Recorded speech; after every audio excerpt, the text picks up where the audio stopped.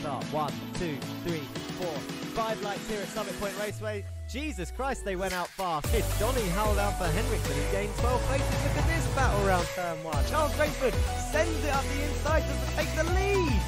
Andy Fox is going to try and hold it around the outside. Jared Kaler's got the inside just with Germany. Makes it through the middle. Henry Morse takes the win. That's Charles Rayford taking the win. Stephen King weaves down the straight and across the line. Donny Alpha Henriksen, half a second clear. Here they go. Can Kieran break late and hold that inside line?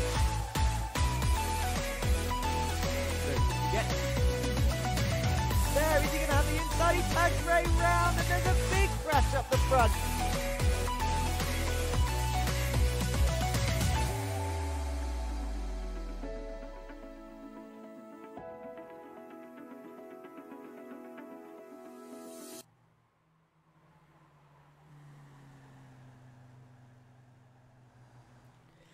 Hello guys and girls and welcome back to the Racing Line 4. I can't believe it's that time already. There's 15 minutes left of practice and we're here for round 10, the final round of the Volkswagen Jetta Cup. Can you believe that? You guys have been along with us now for a whole season, our second season under our belts, and this is the finale. This is it. And practice is on its way.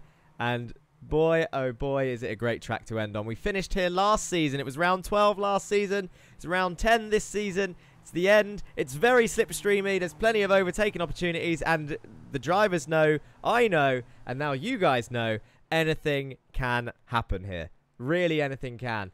Golden says, hello guys, good luck. He's in chat already on YouTube. Biggie Morello's jumped in on Twitch and says good evening all as well and says hello. Ellen Brown says final round baby. She is cheering on, of course, Jake Cranston, who currently sits fastest in practice and leads the point sheets once again. He was last year's champion, and what can you say? He's pulled out another blinder on a stronger field, and he might be able to retain that. But you're currently seeing on track right now where it says Cranston for president on that green, yellow, and black car. That is Morgan Burkhart for Zero Forks Given Racing, his title challenger this season. He was unlucky last season. We've always known Morgan was quick, but now look at him. He was within 12 points at one point, but it's still not mathematically out of the equation. F1, eat your heart out. Forget Max Verstappen and Lewis Hamilton because we have Jake Cranston and Morgan Burkhart down to the final round. As you can see, I'll bet there's some race moves like that in the feature or sprint as Weiswanger gets absolutely roofed off the circuit into the final two corners there. Looks a bit grey out. I wonder if it's a bit cloudy. The light doesn't look very nice, so weather might be a little bit cool. Ben Morse has jumped in on Twitch and says finish on top Henry Morse Racing, who currently sits in P2, just 1/10 behind. Let's get all the information out of the way so that we can chill out and watch, just analyse everything that's happening this season. Of course, the race info. Here we are, round 10, the final. We're at Watkins Glen. It's the Cup layout. As I've said, we've been here before. I'm your commentator, Jack Johns. And of course, we are being broadcast on the Racing Line YouTube and Twitch. And you cannot forget our partners. And I see you viewers as well over there on the VCO Esports YouTube. Thank you for being with us on this journey through Season 2.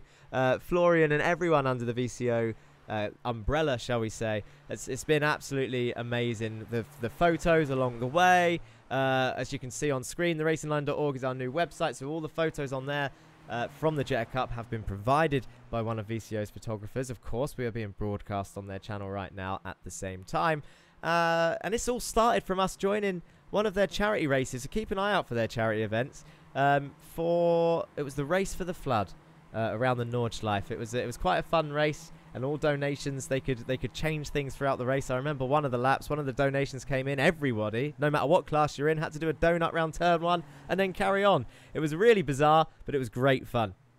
Of course, they do many serious races over there as well. The Pro Sim Series, I believe, has just come to an end. And of course, don't forget the Simi Awards, which is being broadcast on the 26th of December.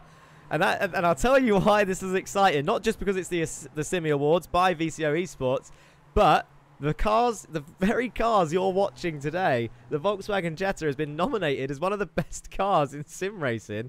I'm not going to lie, I think we had a little bit to do with it. But at the same time, it took a few votes to get there. And you guys would have helped us do that. Whether it's guys who race in sim labs, whether it's us guys just racing these cars or doing these broadcasts.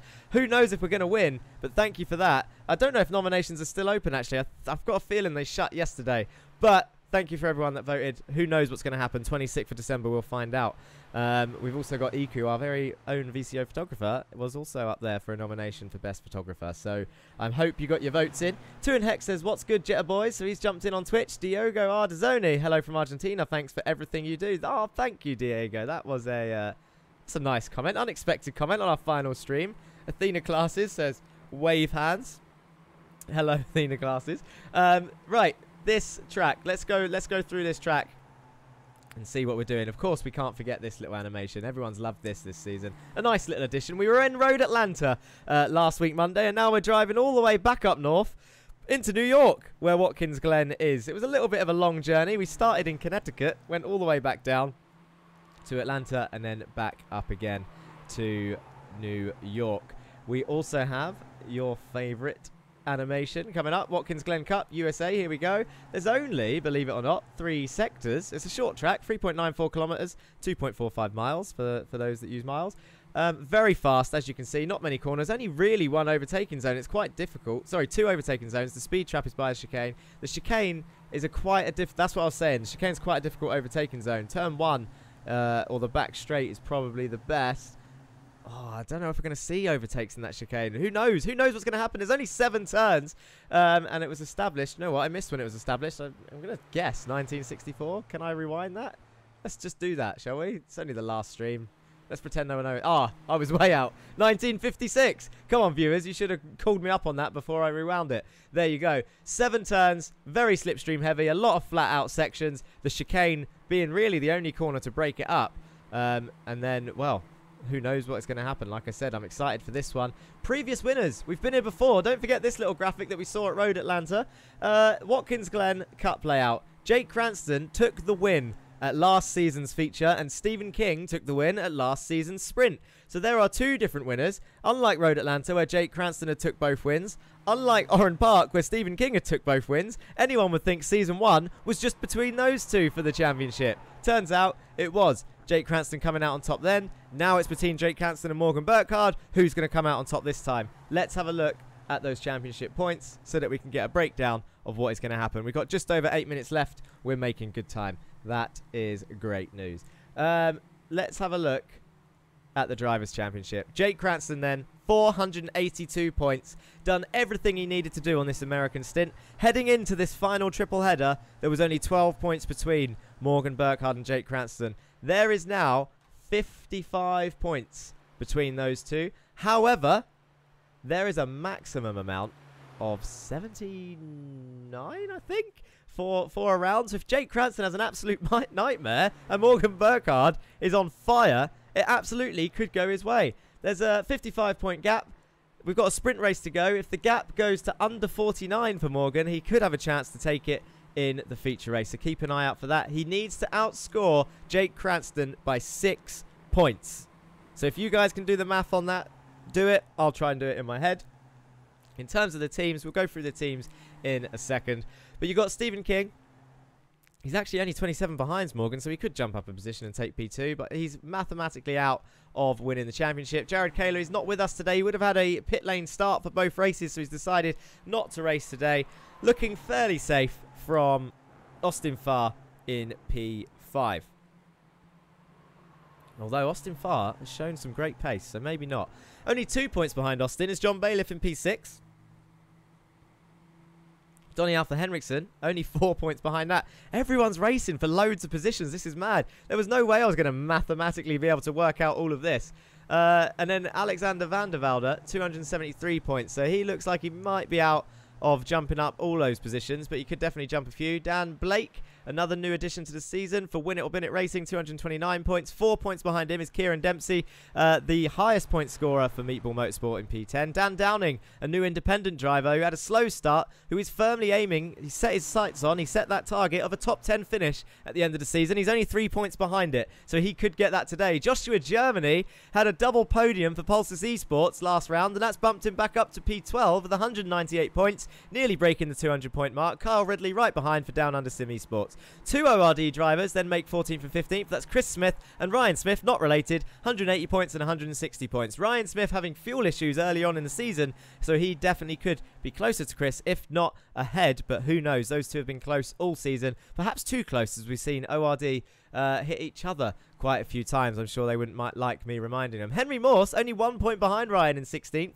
Andre Majorek, a new independent driver, only 5 points behind Henry. Andy Fox, P18, a race winner, let's not forget, for Win It or Bin It Racing. The only team to have all 3 drivers as race winners. 149 points for him. Jerry Agard only 1 point behind him in P19. And Jameson Huffman, our latest race winner, our 8th different race winner in the Jetta Cup this season alone, in 20th place, 139 points. It was a slow start and he's missed a few rounds for Jameson. Otherwise, I'm sure he could have been a lot higher. Shall we have a look at the next page? Because it keeps going. There's plenty of drivers out there. We've got a few minutes. That's good. Here's what the rest of the field looks like. Martin Wallace, only 3 points behind Jameson for Zero Forks Given Racing in 21st. Jack Lewin, who is no longer with us after round 3, is in 22nd place. Sam Van Olst is in 23rd, 113 points for him. He's looking to jump Jack Lewin, I'm sure. Duncan Murray, 109 points, equal to Ika Lequay for Lurchas Gaming in 25th.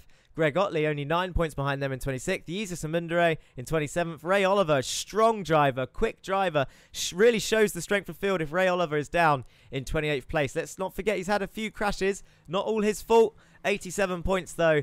He's going to be wishing he was higher. However, it's been so tight this season. It's been absolute madness. There's a few drivers missing there. Shall we have a look at the next page? Here we go. Christian Ribeiro, Dan Thornton and Jan Weiswanger round off 29th, 30th and 31st.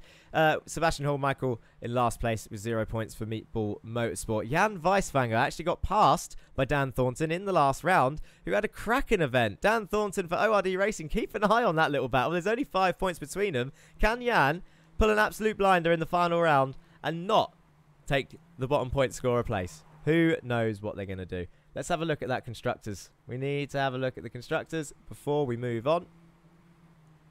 And here it is. I don't know why it's black and white. I've said that all season, and I'm sure that will get fixed in the future. But Masters of Talk Motorsport have pretty much, let's be honest, we've said this now for 2 rounds. It looks like they might have done it. Pulsars Esports, last year's champions, 757 points. They were getting closed in on by Win It or Bin It Racing. They pulled out a blinder last round, though. 757 points. They're now in P2. Masters of Talk Motorsport, 919 points. Wow.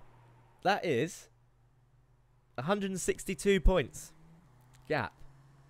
195 points is the max per weekend. It's going to be pretty hard for anyone to score that, I'm sure. Only 2 teams mathematically possible. The max in the feature is 129. So Pulsars would need to outscore Masters of Talk by 40 points in qualifying and the sprint. That is... Oh, it's going to be tough, man. Because if you get pole, first, second and third and the fastest lap, that's 66 points. So, you know, it's a big ask for Pulsars. Can they do it? Win It or Bin It Racing, Zero Forks Given are still fighting for P3 realistically. Zero Forks Given will be absolutely over the moon if they can secure that on their first season in the Volkswagen Jetta Cup. Down Under Sim Esports looking pretty out of it by now in 5th place, but who knows, they might be able to turn it around. ORD look pretty secure in 6th, and only 2 points separate P7 and P8 Meatball Motorsport and Lurchas Gaming Team. Meatball Motorsport being carried by Kieran Dempsey at the moment. Jan Weiswanger scoring a couple of points and Seb with 0. Lurchas Gaming Team, all 3 of them pulling their weight, but tending to be in the lower ends of the points. So it's looking really close. Aleki has jumped in YouTube and said, sad that it's the last race for the Jetta Cup. Can we see them in Talladega for a fun finale? Zero Forks Given has put their Zero Forks Given logo in the chat, of course. They always like to pop that in there. Showing their support for their team. No worries. Right. How long have we got left? 1 minute left before quali. Speaking of a fun finale, Talladega. There's been rumours of an oval. We do normally do one more stream in the Jetta Cup. Obviously, this is the last one for points. This is the one that matters. We normally do like a day out. Actually, speaking of day out, we actually did a 6-hour Jetta endurance race with a few of the teams. 6 of our teams entered. And fairly tired from that yesterday. That was around the Nordslife. But was good fun. We do need to do a week 13 stream, which would normally be on the Monday, so we might be back next week. but it's not going to be an official round, and I like to jump in with them. So I might be racing, so the stream might not necessarily look like this. It would probably just look like an onboard of me, and I'll try and talk and try and keep my language down, as when I get taken out, I get fairly frustrated. How close is it then? But Morgan Burkhart, 2 seconds to go left to practice, has gone fastest. I wonder if that is an omen. Sad to see this be the final race, says Zero Forks Given Racing. Good luck to everybody on Twitch, that comment is. Thank you very much for joining us, guys. It's been a hell of a season as the session crosses over. This is what the calendar looked like. We visited Tsukuba. Oh, is it going to come back? There we go. Tsukuba 2000, all the way back on the 13th of September. Sounds ages ago. Feels like it's flown by, but it also feels like we're ready for a rest. Who knows? Only you guys can tell me that. I know you enjoy it, but I don't know how much you enjoy it. Okayama, 20th of September, and then Oran Park, 27th of September, 3 weeks in a row. And then we had a break week, and then it was the Euro stint, Red Bull Ring, National it was, Monza Junior, Alton Park and Donington. It was a great stint in the Euro stint, 4 in a row, another break, and then the 3 American rounds, and we're at Watkins today. And here we are, about to go to qualifying.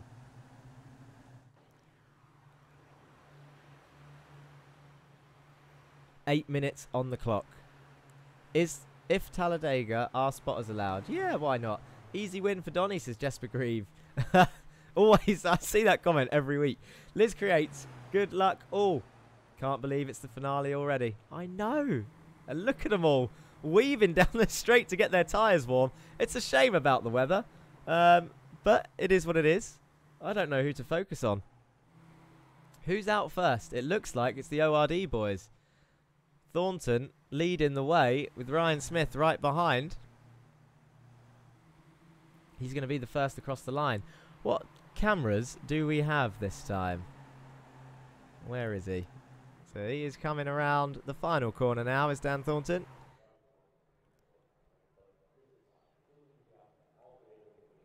This is the starter cam. Flag waver's looking very bored.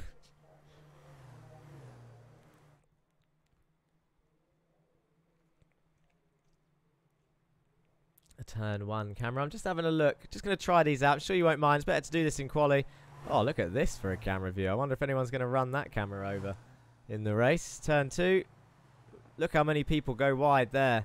There's no track limits at that area, just so that you know. So people are allowed to run wide there as long as they get back on before the grass. That's always how it works. Then they come uphill through these S's. Big left, right. Look at the speed of them. The slipstream will be gaining them a lot of pace through there. Cranston's following the Lurchers boys with Agard behind him and Germany behind them. This is just on the exit of the S's, so they come over the brow of the hill and then they've got a long straight. Sam Van Olst there in the middle of it as well. And then this is the entry into this bus stop chicane.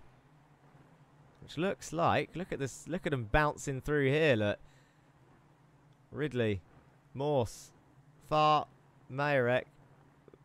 I'm surprised they're not, Oh, there's the slide. That's what I was waiting for. I knew someone was going to do it. It was Huffman giving us a drift show. They're on cold tyres still, I think. As they exit that. And then they're on the back stretch down towards the final corner. Or final corners. 2 turns it is. Morse has gone off. Oh no, that's Stephen King. Apologies to Morse. There's Morse behind. And then we're back to our normal cameras. Got some blimp cams. Got the static cam, which gives us an overview of the circuit. Let's catch up on chat. New skin for Ray Oliver, says Chris Smith. Yes, actually. It was part of his endurance race yesterday. Let's have a look at it, shall we? Let's have a closer look at the Down Under Sim Esports car. Ray Oliver has got a new car. We'll go in and zoom in on that at some point. Biggie Morello says we need at least another 20 races. Oh my god, I don't think I can handle that in a row. Just Grieve, at some point it will happen. Kakala, what do you talk about weather? This light is perfect. It looks fairly dim on my screen, but if it's perfect for photos, then you go for it. Snap away, my friends. Snap away. Oh, we've got a drone cam back. Where is this? This looks like... It should be perfect for turn 1, but none of them are actually going around turn 1 right now, so we just see them all flying through the trees. This is just purely... This drone is just following Ray Oliver at the moment. Theon Smith's jumped in chat on YouTube, says put your foot down, Ryan, or Dan will sack you. Ray Oliver leading this train. Right, this is where the camera should look best. Coming out onto the final turn, onto the main straight. It says turn 1, drone cam. So, let's see. Does it go behind anything stupidly, like that grandstand full of people? Or does it actually look at turn 1 quite nicely? Are we going to use this in the race? We've liked the drone shots, but only if it actually shows what's going on. Turn 1, I mean, it does just follow him round. Yeah. Looks pretty normal, to be fair. And then it follows him up the hill, I guess. That's quite nice. I'll tell you who we need to give a quick shout out to before it gets taken away. Look who's on pole position, people. That's Jerry Agard for Masters of Talk. Jeremy Agard, number 13, pole position. Andre Mayerek only a 10th behind. Burkhart in 3rd. Cranston, 2 tenths down, is currently in 5th. Still looking at Ray Oliver in his chrome. Let's get a closer look at that chrome. We're done with cameras. We're done with messing around with cameras. Let's have a closer look at the chrome livery of the Mindset car. The Down Under Simi Sports Mindset sponsored car.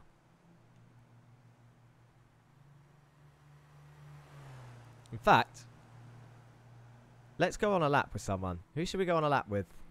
Kieran Dempsey, I reckon. Meatball Motorsport. Let's jump on board. And I'll talk you through a lap of Watkins Glen Cup. So he's got a few people ahead. That's 2 ORD cars and Jan Weisswanger up ahead. Kieran Dempsey's currently in P4. Is he going to improve this time? Doesn't look like it. So turn 1. Hard braking zone, downhill into a right-hander, cutting the curve a little bit, getting early on that power as Cranston takes pole by a massive 3 tenths of a second. Doesn't cut the grass, does Dempsey. It's flat out all the way through here now. Up through this right-hander. It looks like there's an ORD car moving out the way. I hope he doesn't block anyone through this left-hander. You've got Jan Weisswanger up ahead, still flat out, 6th gear, holding it tight to this right-hander now. And now Jan and Kieran are going to have to move to the left. Dan's going to have to move out the way, or it might be a potential penalty. Although Jan, without the slipstream as much as Dempsey, might get in the way. Might get in the way of Dempsey here into the chicane. Doesn't look like it. Dempsey's backed off a little bit into a fast right-left chicane. And then you want to get your foot down nice and early on the power and just lift off for this corner. It looks like Kieran pretty much kept it flat for the entry. Maybe it's not a big lift. I'm clearly out of touch here around the Watkins Cup layout. It didn't even sound like he lifted half there through that long right-hander of turn 5. Another straight now and towards the final left and then the final right of the circuit. Again, pretty fast. That's why I said it's difficult to overtake as Jan gets a little bit of a slide on. Looks like he's going wide. I hope he doesn't rejoin in front of Kieran. Could ruin his lap as he turns into the final corner. Doesn't look like Jan's there. Although he does move over, so it doesn't look like that was going to be the lap. But Jake Cranston puts in an absolutely blinding lap there. As we see all 3 Zero Forks Given cars in a row on track, still slipstreaming. There's only 20 seconds left. Morgan's actually the head of this train, even though he's the one that needs to be outscoring Jake, who currently starts on pole and is getting a point. Morgan needs to outscore Jake by 6 points. And at the moment, it's going to be 7 points because Jake is going to get pole position and a point for it. As Morgan Burkhart moves up into P5. There he is. Pulls over. Done. Times that to perfection. 8 minutes just ticked over there. It's impressive.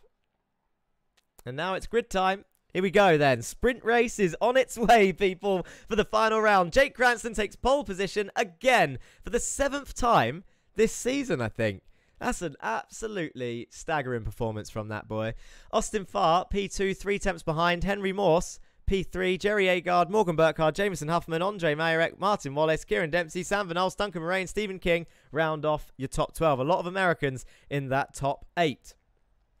Next up, Donny Henriksen, Jesus Mundere, John Bailiff, Joshua Germany, Dan Downing, Carl Ridley, Greg Otley, Alexander Van der Velde, Ray Oliver, Ryan Smith, Jan Weisswanger, Christian Ribeiro, Dan Thornton, Dan Blake, Ike LeQuay, and Andy Fox round off your field. There are 28 drivers out there today.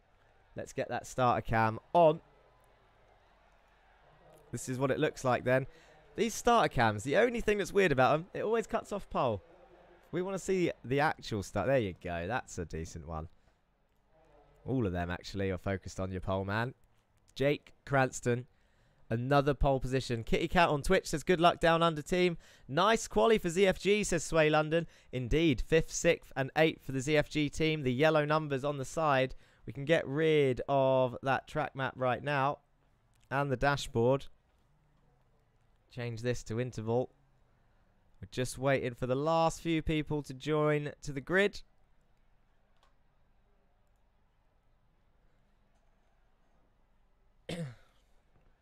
And there he is. I think there's one more person back there somewhere.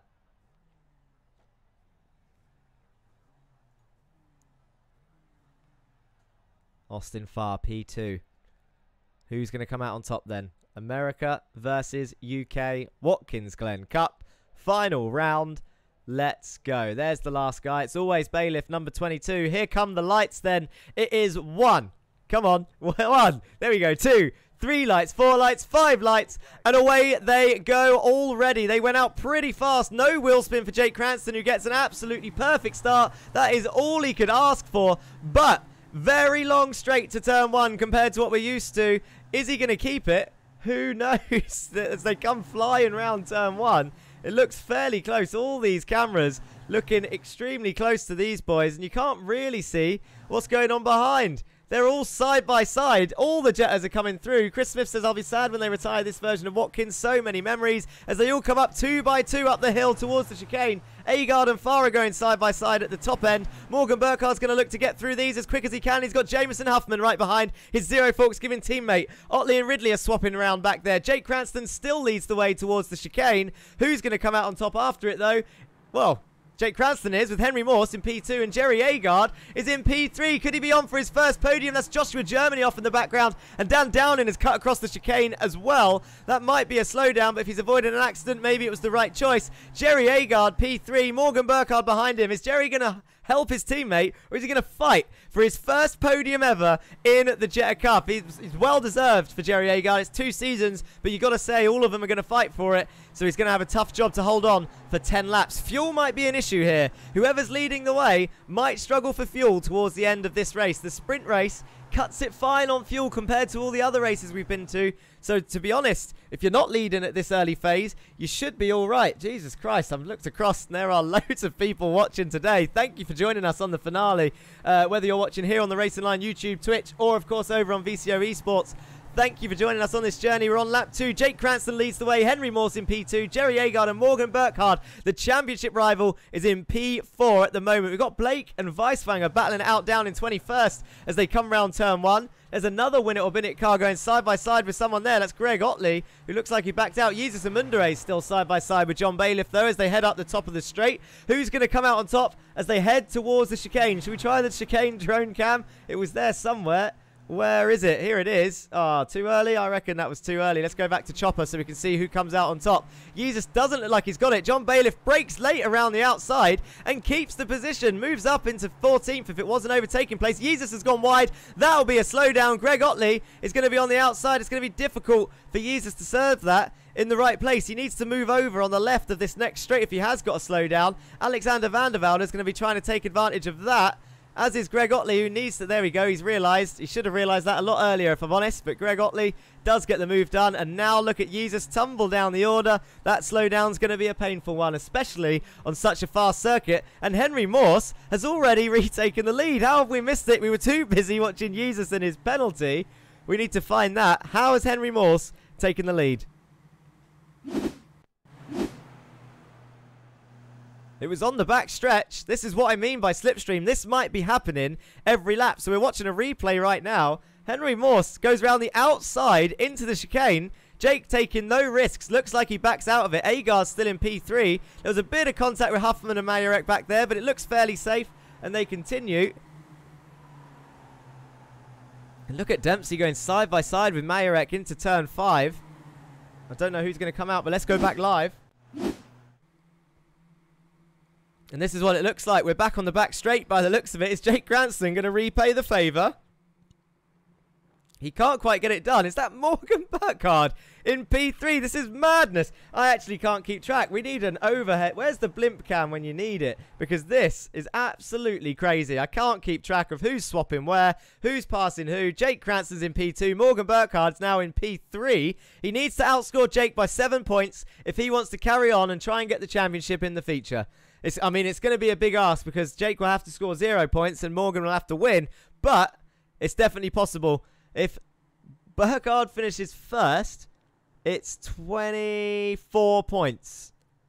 He would then need Jake to finish 21. Jake would need to finish 4th or 5th for Burkhart to be able to carry this through to the feature. But anything can happen. There's 6 laps left. And oh my God. Please tell me you saw that. Burkhart absolutely sends it into turn 1. It'd be foolish if he didn't try it. Let's get back onto ground level. Jake is going to take it back. And Agard's going to come through as well. It looks like Burkhart might lose the position he gained. And another one to Agard. And Austin Farr's actually now got a run as they head up towards the chicane once again. So, that actually cost Burkhart more than he would have wanted to, I'm sure. As they now head towards the bus stop chicane. I'll tell you what, unless I've missed something big, everyone has been really clean in this final race so far. As they enter this chicane, as I say it, Burkhart's round, Mayorek's round, Huffman's round. There's more cars involved. That is your championship rival out of the sprint race. It looks like Jake Cranston has had more luck go his way. I mean, he's got the skill to back it up. But look at Christian come flying through the middle of the 2 Zero Forks giving cars.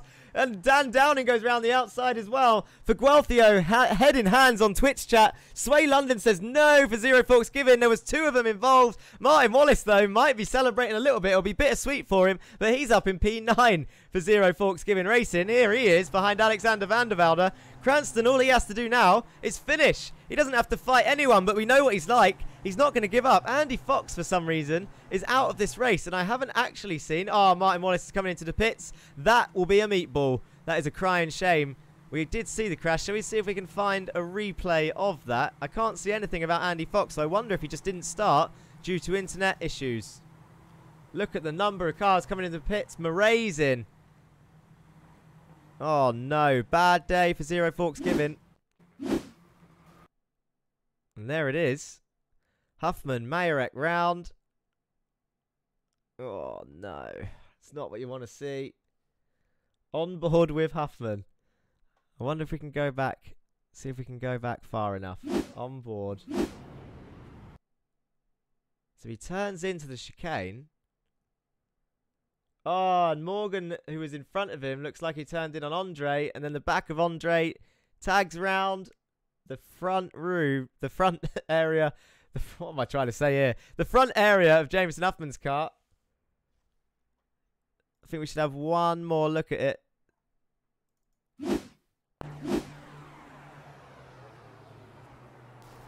Oh, there it is. Everyone pinched towards the wall.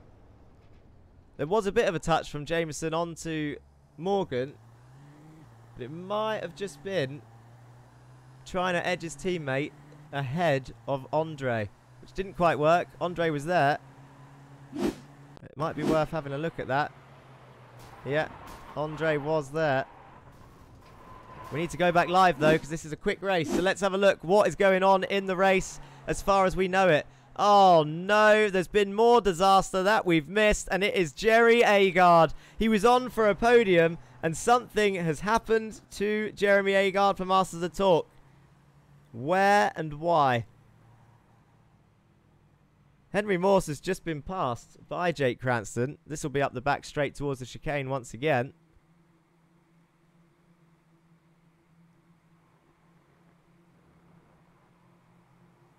And it doesn't look like he's going to get it done. Morse keeps the lead. And how far? He's going to slot in between. He's going to go up the inside of turn 5. And there he goes. Up the inside. And takes P2. That's now 2 Americans on the podium. Alexander van der Velde isn't American, but can he knock Jake Cranston down another position? It's all for nothing, because at the moment, Morgan Burkhart's down in 26th place, scoring 0 points. We could be calling it here, folks, but the feature race will be entertaining as well, I am sure. But in terms of the championship itself, he might have done it. 4 laps to go. Final round, 4 laps to go before the feature even starts. We're going to see our second Jetta Cup champion, who is the same person as the first Jetta Cup champion, who will be reigning 2-time Jetta Cup champion. 3 laps to go. He's going to want to win this. But if I know Austin Farr and Henry Morse, They're not going to let this go easily. And they're going to work together even though they're on different teams. Austin Farr for Down Under Sim Esports. Henry Morse for Pulsus Esports. Jake Cranston for Masters of Talk. That was a big nudge from Austin Farr, who got Henry Morse a little bit squirrely there. Alexander Van der Velde is absolutely putting on the pressure, getting piled on the pressure. I'll tell you what, he's having a good race. Ray Oliver up there. Oh, I don't know if he was going to get pinched there, but there he is. He's going to make a move on John Bailiff, is he? Not quite. He's going to have to go around the outside of turn 5. He's going to slot in between. Greg Otley's in the big points as well in P8. This is going great for some of the drivers. This is why Watkins Glen Cup is a good round, because it always throws up something unusual. I'm going to be honest, I can't see anything on my timing screens for Jerry Agard other than, well, no, other than that he's pit. I can see that he passed Joshua Germany for P21. And I can see where Andy Fox jumped to the pits. But no telling what happened to Agard. Can't find it anywhere. Just that he went to the pit lane. This is what I can click on. And that is it. We don't want to see that. I already get made fun of enough for looking at random 1Xs. We don't need to see a random orange car in the pits. But we do want to know what happened to him, so maybe he can tell us in the 10-minute break after these final 2 laps. Is this going to be a repeat? Lap after lap, Jake Cranston's piling on the pressure for the sprint race win. Season 1, Henry Morse took many a sprint race win from Jake Cranston, and it was always by the 1,000th. Are we going to see a reverse situation, as I can see sneaky Pulsar's car in the background of Stephen King, who's now racing Alexander Van der Velde for P4. He's got Bailiff behind, Ray Oliver behind him in P7, Greg Otley in P8, Ryan Smith is in P9, and Dan Blake in P10 for Win It or Bin It. And look who it is, people. Where's Figuelfio at and the rest of the Lurchers boys? Jesus Amundere, even though he had a slowdown, a painful one at that, he's in P11. And Sam Van Olst in P12, your current reverse pole sitter with 2 laps to go. So your pole sitter will be Sam Van Olst and Jesus Amundere. That'll be a hell of a front row. Andy Fox 4 laps down, so it looks like he... well, is he driving round? I'm not sure, but he is out of this race pretty much. God, I'm running out of breath already. We've got another race to go, yeah? It's going to be nearly double the length. Apart from... I know I spoke too soon about the crash. Commentator's curse and all that. We saw the crash into the chicane. But they've kept it extremely clean for this sprint race. Maybe it's because they know there's another race to go. Don't want to damage the cars too much. They might be irreparable. But you got the top 3 in a little train by themselves. Jake Cranston looks like he might have dropped back for a bigger gap so he can get a bigger run down the back straight. Alexander Van der Velde, can he hold on to another strong finish in P4?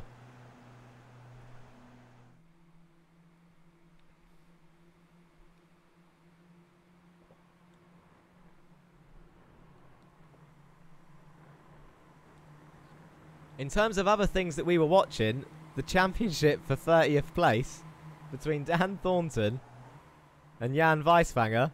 Look at Dan Thornton and Donny Alpha Henriksen going at it behind. Dan Thornton's going to try and go around the outside of turn 5. If he can get that done, that'll be an absolutely blinding move. He can't quite hold it, but he looks like he's got the run on the exit. He's now going to have the inside to the next corner. Dan Thornton and Henriksen, they're going to go 3 wide. Is Ike Lequay going to make it 3 wide? Not quite. Jan Weiswanger is right behind this, though, so if Dan Thornton can't make this stick or spin out, then it would be big points for Jan Weiswanger. They're both in the points currently. Dan Thornton does get the move into P13, or defend the move into P13. I'm not sure who was in the lead to begin with, but Dan Thornton is absolutely driving the race of his season. It's taken 10 rounds to get there, and he's in P13 as we go on to the final lap. He's got Donny Alpha Henriksen all over the back of him, Ike Lequay behind that, and Weiswanger behind him, his championship rival, as Donny Henriksen slides it up the inside for turn 1, and Dan is going to try and hold it around the outside. Donny's not going to let him back on there, or is he? Yes, he does. 2 wheels on the grass for Dan, playing it safe, but he might have to give this up, or is he going to try and hold it on the inside, up the S's? That's going to be madness. If he can, he is. They're going to go side by side all the way. Ike Lequay is going to take it 3 wide. Is he going to take it 3 wide? I kind of want him to. I kind of don't. I'm in mixed feelings about this. I think he's going to try it. He can't get it done. Ike Lequay's been boxed in behind. This is madness. Absolute madness. I'm focusing on the battle for P13. There's fights all over the place. I can't see. Donny Alpha Henriksen does get the move done. And Jan Weiswanger goes off. That is absolutely great news for Dan Thornton as we go back to Henry Morse. I don't actually know where on track we are. Oh, this is exiting turn 5, down towards turn 6. And look at the second gap that he's pulled here. I wonder if Austin Farr is just slowing down Jake Cranston here to try and cause something to happen. But you've got Alexander van der Velde all over the back of him now. I wouldn't be surprised if that was a little bit of fun and games from Austin Farr there, trying to cause Jake an issue. But Henry Morse takes your sprint race win for Pulsar Esports. Austin Farr comes across the line in P2. Jake Cranston P3. Alexander van der Velde in P4. And Stephen King in P5. John Bailiff P6. Ray Oliver P7. Greg Otley another top 10 finish for his season in P8. Ryan Smith P9. And Dan Blake rounding off your top 10 with Sam Van Alsten, Jesus and Mundere completing your front row for the next race. You heard it correctly. The front row. They will be starting. They will be starting. Let's have a look and see if, as we go into the break, can I find... Well, it's going to go into the break now. But I want to see if I can find a longer replay. This looks like the replay. Oh, it did cut across still. That's a shame. That is a shame. I found the replay, and then it's gone across. I wanted to see a replay of that crash. I'm sure you all did. If there is another season, I will get this sorted. 100%. Let's go back live then. It's warm-up time. I'll put the timer up there. We might have a chat with a few drivers. I wonder, actually, if Jake Cranston's available for a chat, because as much as that race is done and dusted, he is now officially... Oh, not that one. We don't want to see that. This is the wrong results. We want to see this. There they are. Your results from your sprint race.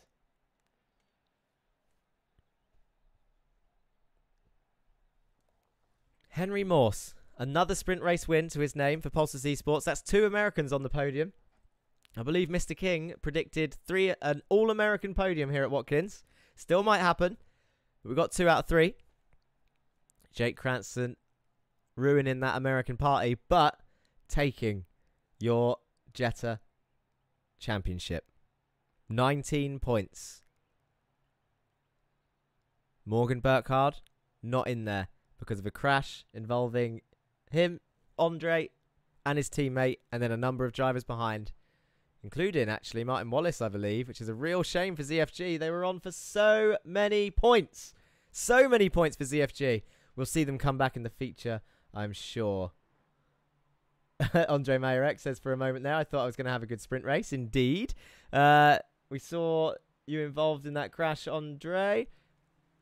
From outside looking in on I think chat will agree with me. From outside looking in from the limited angles we had at the time, didn't look like it had anything to do with you. You're just minding your own business, and then bang, it all went awry.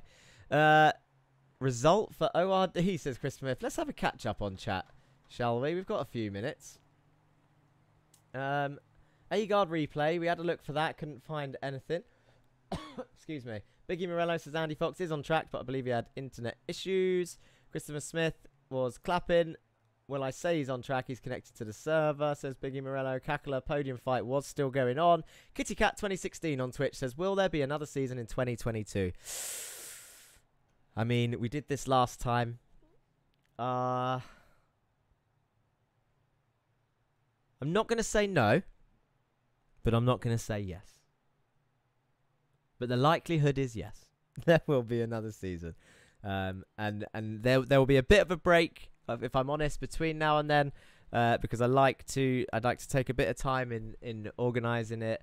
I mean, the first one obviously took the longest to organise because we had nothing. And we sort of found 30 drivers out of nowhere. Well, not out of nowhere. We hunted for the best Jetta drivers we could find from what we knew from SimLabs.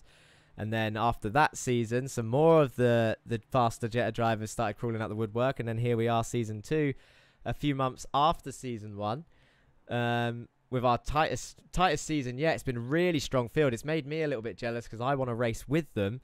But at the same time, I appreciate all the comments. I like reading the comments. I like doing the commentating. Can I find someone to keep that energy up whilst I race? Is it fair if I race? I'm not going to win every round, but I might win a few. I mean, at the same time, I might be a target. I know there's a few drivers on this grid that will happily take me out for a win. But who not in a dirty way, in a fun way, of course. It's all fun environment here in the Jetta Cup. But long story short, I have a feeling there will be a season 3 as long as people have fun and I can keep making it better. That's the real thing, is I want to try and keep taking it up another level. We've jumped up a big step for season 2, and I'd like to. It's going to be hard to keep that going, but we'll see what we can work out in the next couple of months for a potential season 3. Chris Smith says Agard had damage, must be a meatball. Ellen Brown with the real facts. Jake Cranston is a 2-time Jetta champion. She's jumped in on YouTube chat. Ben Moore says go Henry. Result for ORD, says Chris Smith, with Ryan Smith in P9 and Dan Thornton in P14. Valdez 31 says best news ever. He must have spotted that Lurch's gaming team and Jesus Amundere is starting on pole position. Alex is in P4, says Alecki. Once again, he's the P4 merchant, is Alexander van der Velde. There he is again. 4 minutes to go. I don't think he's going to mind. He shouldn't have any stress. I'm gonna drag him in. I think it's only worth it. Let's congratulate him early. He's muted at the moment. I'm sure he'll realise it if I start talking in his ear. But Jake Cranston, here he is. He'll unmute his mic soon, I'm sure. Sprint race is done. His championship rival was involved in an accident, out of the points. And you, sir, are the official 2-time Jetta Cup champion. How are you feeling? Well, I don't know. I didn't expect it to finish in the sprint race, to be honest. So yeah, I'm really happy. I said to Morgan, I'm really sorry that it ended like this with the big crash for him, because I wanted to fight it out properly. But there you go. These things happen, and he did great this season, so I feel bad for him. I mean, there will be a bit of a sour taste because we all enjoy the fights, and it was getting pretty tense. I mean, season 1 seems so long ago now, but there was a few pivotal moments in that where, and maybe towards the end it wasn't as close, so you could kind of relax a bit more. But you two have shown a lot of respect, and in fact, your rivalry with Stephen last season could get a little bit heated at times. We saw you fight both hard and fair last season, and there seems to be a greater respect among the drivers this season. From the outside looking in, I don't know what it's like in the chat, but Morgan and you have definitely, I feel like you've got closer over this season, and it's a shame that we didn't get to see you fight on track for this final time, but at the same time you can now relax for the feature race, maybe even start at the back and see how far you can get up. What are you going to do? Well, yeah, I don't know. I didn't think about that, but yeah. Well, do you want me to do that? No. It's completely up to you. Because I don't know how you would do it without moving out of everyone's way. It might not be good for the sponsors. They might. Well, this is it. And at the same time, you probably want to absolutely demolish the team championship. So if you want to score over 1,000 points and get as high up as you can, I mean, you won that, so you're starting P12 anyway. You might as well. I'll let you choose. That's not me suggesting it. No, I'm not going to do that. No one's jumped in chat for you to start last, not yet anyway. But we're mainly here to congratulate you on your 2nd Jetta Championship in a stronger field. Did you have any worries at any point during the season? You know, I was speaking to Morgan earlier actually, and I said, I don't know if you guys remember, but I said right at the start that Morgan is going to be in it this season, and I was worried about him because he was quick last year, but he got caught up in a lot of crashes. So I was like, Morgan's going to be there. I'm worried about Morgan, and he was, and he nearly got it. But yeah, I managed to stay ahead, stay out of trouble in most of the races. Yeah, well, yeah, that's it. The end of the Euro stint got a little bit dodgy, but then you've pulled it back in this American leg. We've got 30 seconds left of warm up. I don't want to keep you too much longer, and we'll probably speak to you again towards the end. But congratulations on your sprint race win, and of course, your 2nd championship. Thank you. Thank you. Oh, whoops. I didn't put him back in his team. There we go. I put him back in his team chat. Whoopsie.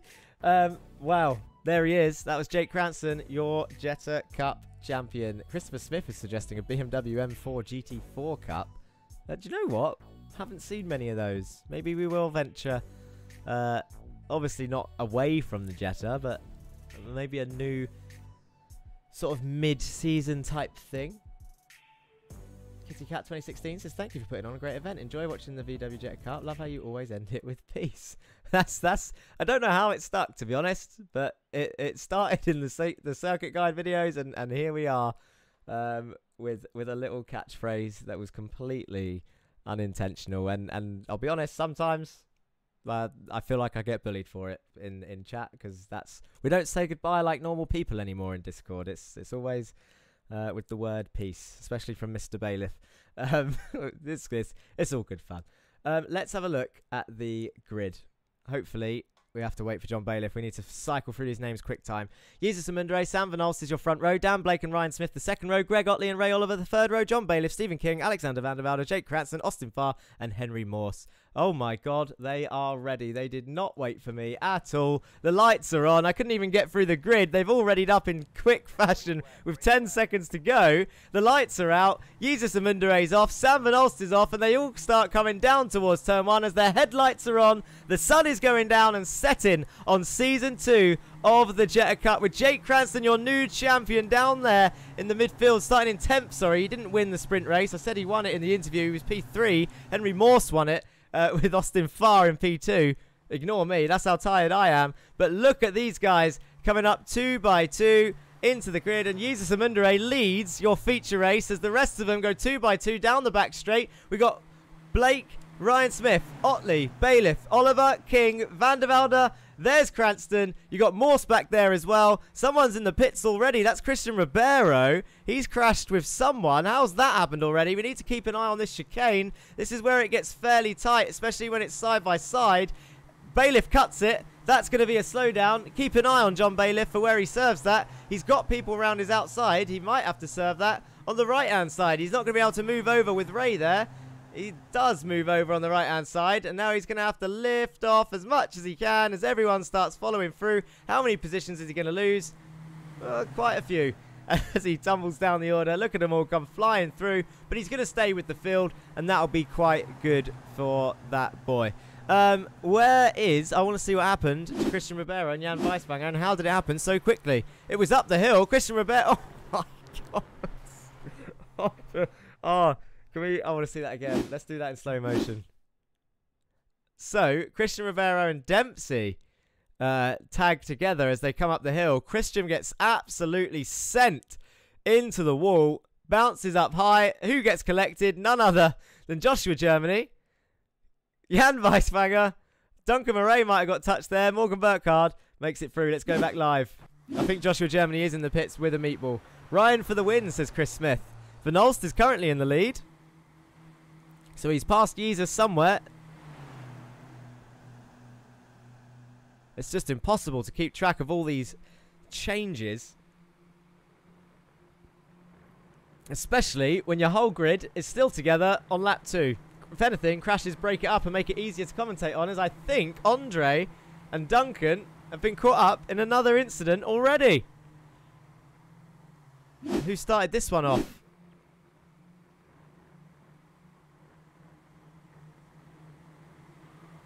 Burkhart turns into Duncan Murray. Andre looks like he just avoided it. And then another Zero Forks giving car walking around. Go on, Blake, says Biggie Morello. He's cheering for his man in the Win It or Bin It car. He's currently in P3, chasing down Jesus Amundre. Couldn't actually find the pass for Sam Van Olst, but I imagine it was a slipstream one. It's too late now. We're on lap 3 of 19, and I'm sure it will happen again. So, Joshua Germany's still in the pits. I wonder if he's had enough. He's been in there for a while as Cranston and Otley are going side by side back here. Cranston way off the circuit, and look at all the cars following him. They all love using that little wide line on the exit. Van der Velde and King side by side. Henry Morse is there as well. Greg Otley in front, the number 93 independent driver with the black and blue car. He's got Van der Velde on his outside. Who's going to come out on top as they head towards the chicane? Oh, that's not a good camera. Oh my god, what's going on? Here we go. That's what we wanted. Side by side, in they go. I'll tell you what, Otley has done extremely well there. He's carried so much speed, and it looks like Stephen King is on the inside of turn 5. Might have the slipstream from Otley's car. Henry Morse might still have the slipstream from his teammate. He's going to try and get the run. Alexander Van der Velde is now on the inside for turn 6. Greg Otley is well in the lead. This isn't really a heavy braking zone, so Van der Velde is going to have a hell of a task to keep this position. Stephen King's going to hold it around the outside. We've seen these two get close all season. And it looks like into the final corner, that move is done. And that's Donny Alpha Henriksen round the outside of Henry Morse into the final corner. What a move from Donny Alpha Henriksen, and look at the run that he's got. Now that was opportunistic from him. I'll be honest, I want to see that again, and I want to see it on board. This is what it looks like from Donny Alpha Henriksen's car right now. He's got Henry Morse in front of him. I think he's just passed Austin Farr on his right-hand side. And watch this. Henry Morse brakes on the inside, gets pinched. Donny just absolutely commits to the outside, doesn't get moved over on, and he gets a massive run. So much so that there is Henry Morse behind him. Absolutely mugged.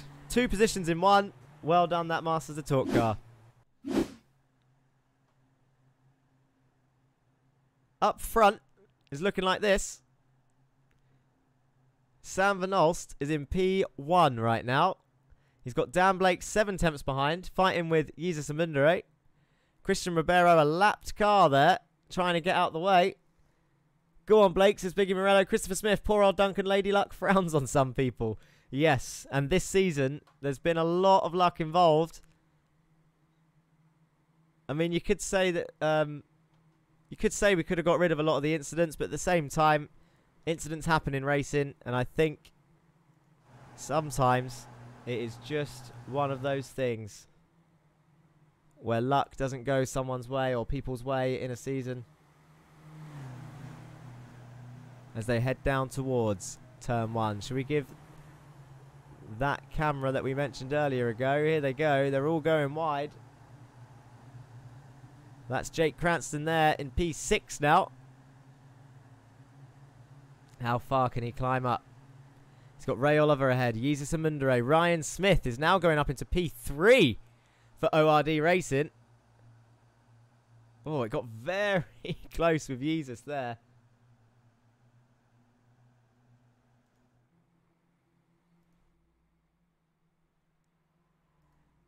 This is what we wanted. Sam Van Alst, Jesus Amundere, Dan Blake's there.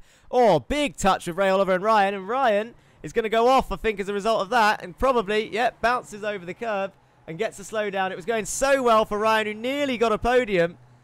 It's not over. It's lap 5 of 19. They are going to be allowed to pit from this point.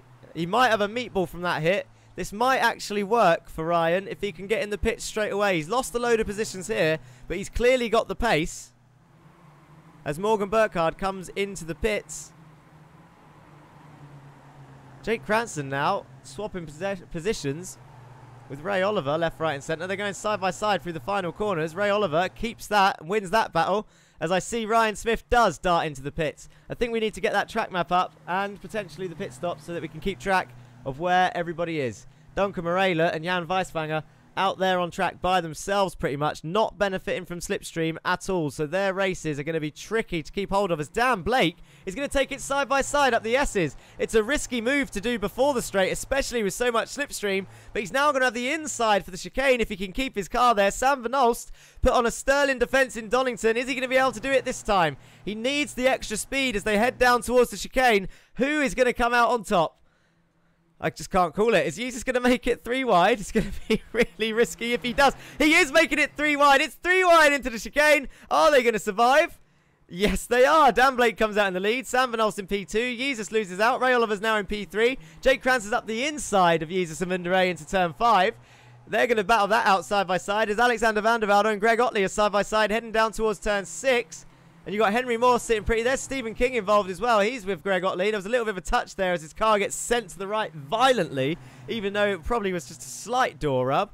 And then you got Austin Farr and Henriksen also involved in this fight as Jesus and Mundere and Jake Cranston go side by side into turn 6, down towards the final corner, into turn 7 they're going to go.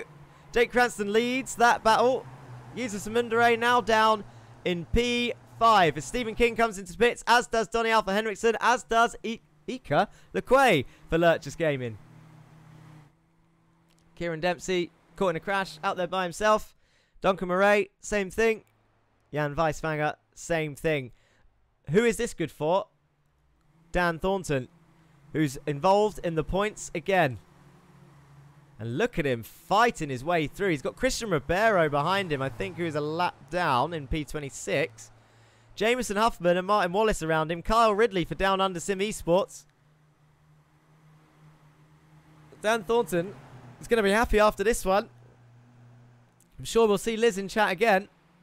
He's going to be a happy bunny after today if he can stay in those points. A double points finish for him. As Sam Van Olst, I think, retakes the lead from Dan Blake into the chicane. And Ray Oliver is going to try and send it round the outside of turn 5. It looks like he's going to get it done. Jake Cranston, though, is well involved in this fight for your top 3 once again. The first of your pit stoppers is Stephen King. You can see him on the back straight. He doesn't have slipstream. The people behind him do. That is John Bailiff, Donny Alpha Henriksen, and Ryan Smith is about 2 seconds back, so he needs to climb that. Ray Oliver sends it up the inside of Sam Van Olst on turn 6. Sam Van Olst sees it coming. Jake Cranston is now there in P3 as they head towards turn 7. Ray Oliver around the outside. Should give Jake a bit of a pinch there because Jake's being opportunistic as Dan Blake and Henry Moss jump into the pits. Ray Oliver now side by side with Sam Van Olst heading down towards turn 1. This move might be done. How much room is going to be given on the exit? That's the real question here. Into turn 1 they go. Who breaks the latest? It's still side by side. Sam Van Olst uses all the track available. Ray Oliver's still there. Sam Van Olst comes on track. Are they going to go 3 wide? No. Jake Cranston backs out of that. And up the hill they go again towards the final chicane. The Jettas coming through 2 by 2. It's lap 8 of 19. The sprint race was 10 laps. That'll be where we see everybody complete their pit stops. This is looking close. Jesus is taking it 3 wide again into the chicane. This is a brave move. It didn't work last time. Is it going to work this time? Not quite. He's provided the entertainment, is Mundere. He does pass Jake Cranston. He's back into P3. Is he going to get his second podium? Who knows? But Ray Oliver takes the lead. Sam Van Olst in P2 and Jesus back into P3. But look at the run. Jake Cranston gets out of the exit of turn 5. He's going to give Jesus a bump. I wonder if he's going to help him. Or is he just going to get past and fight his own way through? Excuse me.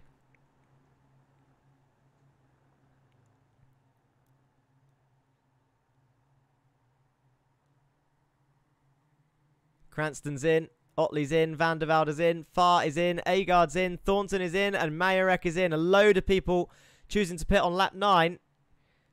Whilst Sam Van Olst and Ray Oliver and Jesus Mundere keep battling it out. The more these two go side by side into turn 1, look at the run Mundere is going to get. Is he going to keep it in that little gap? No, he lifts off. Smart. Can he get the slipstream now up the hill? Should we go on board with Jesus Mundere? I think we should. Let's go on the nose camera. We haven't used that much this season. Here we go then. This is the nose of Jesus Mundere. Lurchus Gaming. He's going to take it 3 wide again. This is what it looks like close up. If he gets this done, I know I'm probably going to squeal like a little girl. I don't think he can. It's such a risky move.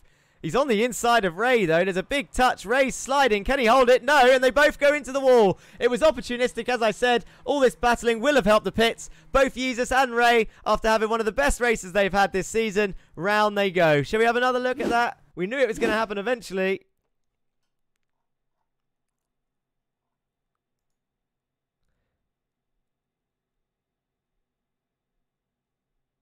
I mean, it looked like Jesus did his best to get that car stopped. It was an opportunistic move.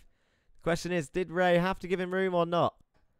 Round Ray goes and collects the person that he had the accident with anyway. And now come through the drivers. Let's see all the sad faces from Lurchus Gaming in chat. Because that, yeah, Valdez 31, what a blunder. Is Jesus out of this race? I reckon. Let's go back live. Probably Kakula, Grothio, head in hands, and this is both of them coming into the pits as a result. This is Dan Downing, Martin Wallace. Oh, got on board with those two at the right time. That's embarrassing. We've seen that before, though. And Morgan Burkhart and Jameson Huffman are going to be like, thank you very much. And Christian Rivera is going to come through as well. This is all for 27th place. Christian Rivera and Burkhart are fighting for 27th place. Weisswanger's in 25th, so that means two of them are lapped cars. Huffman and Dan Downing are currently in the lead. Wallace was in P3. They haven't stopped yet. I'll tell you who that would have helped. And who is leading from your pit stoppers is Stephen King. Kakula says Jetta suspension, says no. He's got Bailiff on his inside. Henriksen's trying to push him. They can see the Zero Forks giving car smoking up ahead. Bailiff gets really close through the chicane. King's going to come through as well. That Zero Forks giving car is going to need to move out the way. But your current podium is Stephen King, John Bailiff, and Donny Alpha Henriksen. The pit stop phase has worked wonders for them. Let's have a look at the pit strategy and see what the situation is. So King pitted on lap 6, Bailiff lap 5, Henriksen lap 6, Mawson Blake lap 7, Van der Velde and Farr lap 8. So you've got to say, the people who pitted later, like you said, the battling has helped out those people that have pit later. They're not out of the slipstream train. And there is going to be a lot of contacts with these guys, bump drafting like that. I heard a nose bump there from Bailiff into King. As we see the last pit stoppers come in after that crash, they're going to get feisty at the top end. We can get rid of the pit stops now.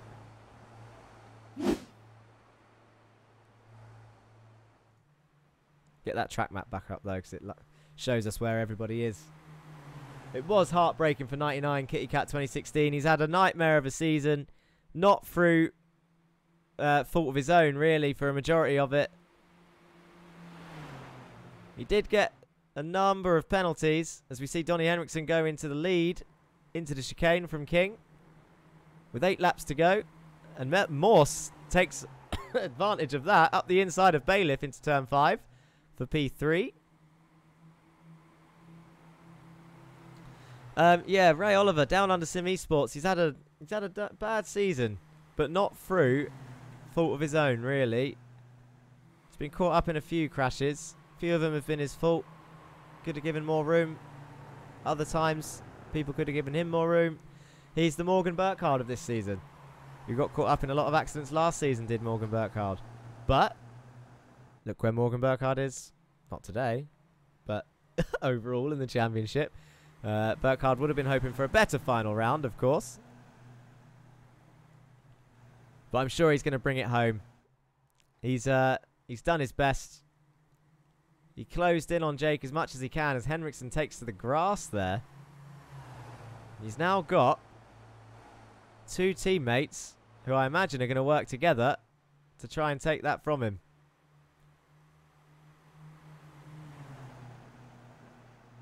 Whilst the third teammate, who they probably would have needed to beat Masters of Talk in the championship, sits in 28th place, 9 laps down. Gets 1 podium, thinks his job's done, scores 0 points, retires. Poor old Joshua Germany. Riley's popped into Twitch chat, says go Henry. The thing I've loved about this season is no matter the crash and the amount of people involved, there always seems to be a great number of cars still fighting for the lead fight. As I've said, crashes happen in racing, it gets close, they're all fighting for... I mean, realistically, I know none of them are thinking about this, and I wouldn't be if I was driving as well, as I see Dan Thornton go to 23rd. Doesn't look like he's in the points anymore. Realistically, none of these guys are thinking about the points advantage they're gaining. So the risk they take for a position here in the feature race, apart from the top 3, anyone else is only gaining 2 points per position.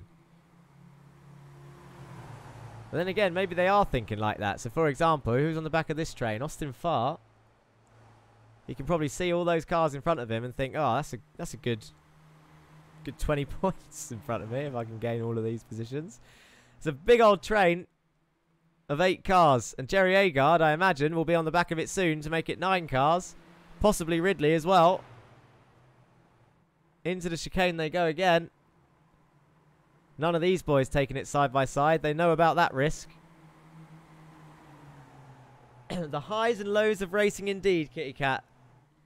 Accidents will always happen, but if there weren't any accidents, you'd have to say, are the drivers really driving on the edge?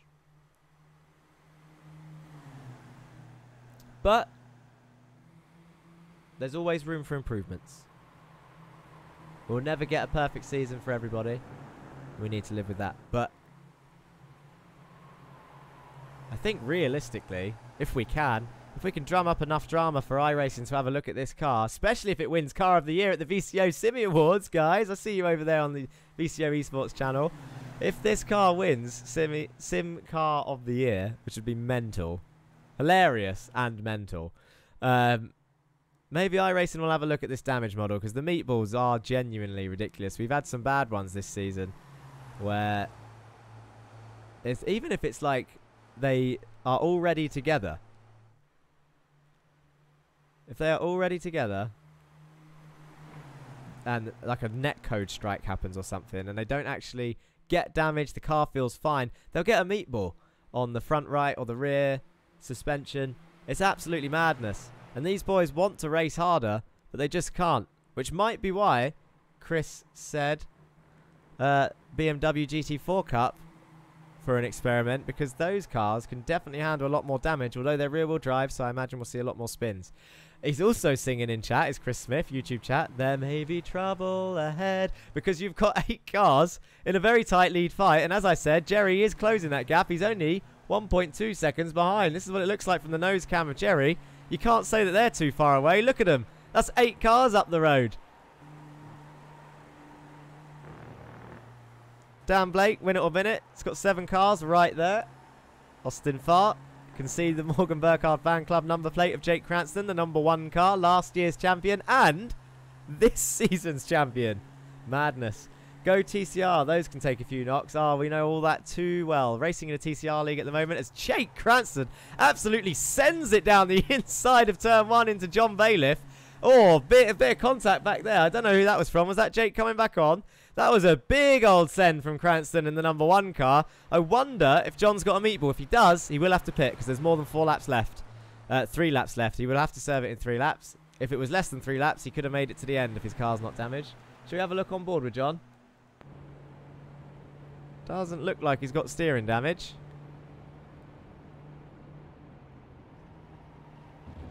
Henry Morse.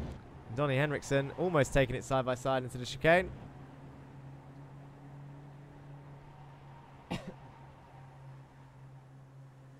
Biggie Morello, there's a championship called VBTCR Championship that's on at the moment with the Audi touring cars. There's a couple of us in there actually having a bit of fun. It's absolute chaos. They do 2 races like we do. The second race is a full reverse grid with 30 cars as Henry Morse goes off. Where's he going to come back on? Oh, he does slot back on nicely. He went back off by himself there. As we go on to lap 16, Agard is now part of this train. He makes it a 9-car fight for the lead. Ridley next up, and Otley after that, and then Kieran Dempsey to catch this train. Bailiff hasn't pit yet, so I'm going to assume he doesn't have a meatball.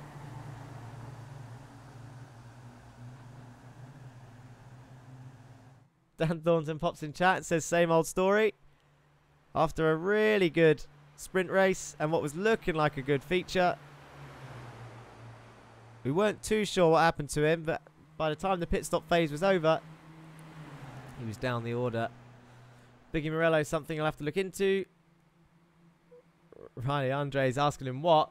Should be focusing on the stream because Henry Morse is about to take the lead as he sends it around the outside of Henriksen into the chicane with 3 laps to go and takes P1. But Henriksen's going to have the run into turn 5. Or does he?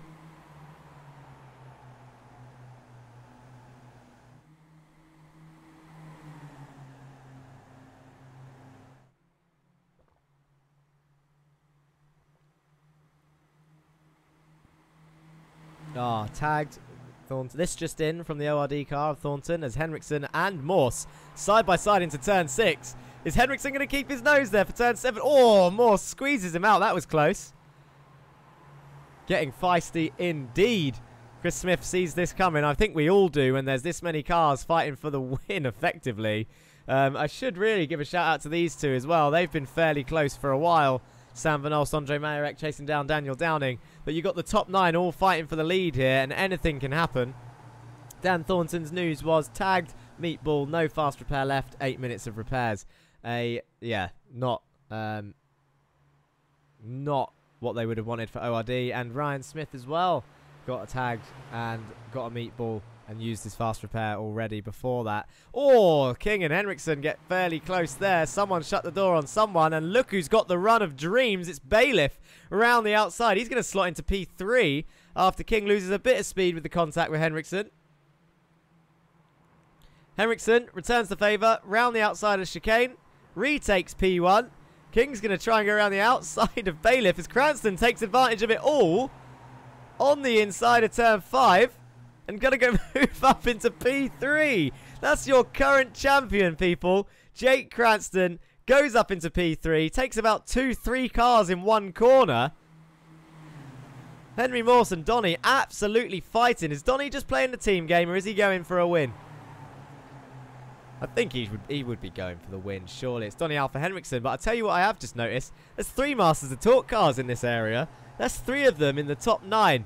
What a strong performance from them, worthy of the team's championship this season. They've absolutely dominated. They got Donny Alpha Henriksen in from one of the other teams, and he has absolutely joined the team. He's been cemented into Masters of Torque, and here they are, Constructors champions, fighting, all 3 of them, in the top 10. That's what you want to see. 3 team members in the same place. You've also got 2 Win It or Bin It cars in the top 10. 2 Pulsar cars in the top 10. 2 Down Under Sim Esports cars in the top 10. Zero Forks Given have had an absolute nightmare this round as it starts to get even darker with 2 laps to go. I've said it once, I'll say it again. The sun is setting on the final round of Season 2. Bailiff and Cranston side by side. Henriksen and Morse side by side. King and Agard now bumper to bumper. I am not sure who to watch, who to shout out, as they're just 2 by 2 all the way around as we approach the final lap. Let's have a look at what this looks like from Jerry's car. I mean, we could pick any of these cars back here. We could pretty much have a good view as Van der Velde's in this train. Kyle Ridley is in this train. This is the top 10. This is the top 10 after 19 laps of racing with a pit stop. What is going on?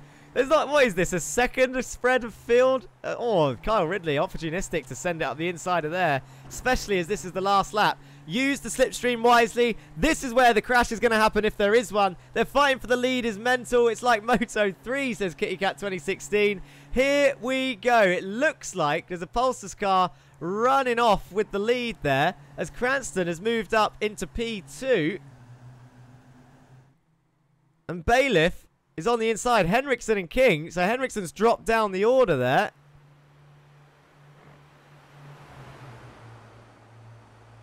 Henry Morse now looks to have secured this win by, with whatever move has been pulled off for P2 or 3. Henry Morse has pulled away. Joshua Germany is going to tow him. That's a weird team game to play. Finish a lap down out of the points. Oh, he's moving out the way. That's good. That is good. Donny Henriksen bounces across the curve. It's going to be a big slowdown. Can he get it stopped? He can. He's going to tumble down the order. Is now Henriksen and Agard. No! Agard's round. Blake's in the wall with him. Donny Henriksen does survive the slowdown, but he's going to have to lift off.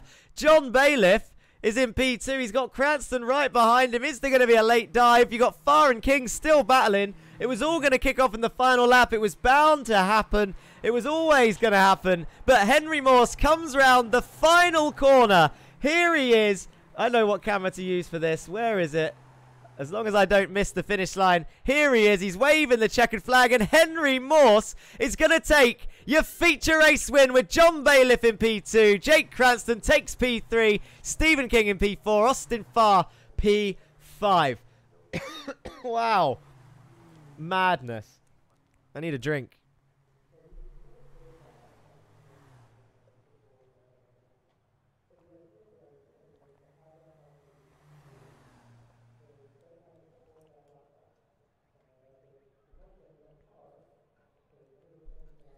A lot of people rooting for Henry there towards the end.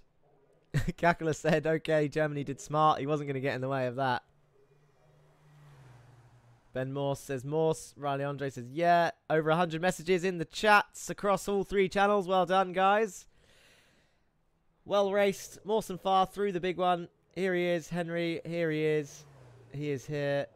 He here is. There's so many weird chats on Twitch. YouTube, you need to keep up with these weirdos. I'll tell you what I forgot because the action was too much. Vote your driver of the day.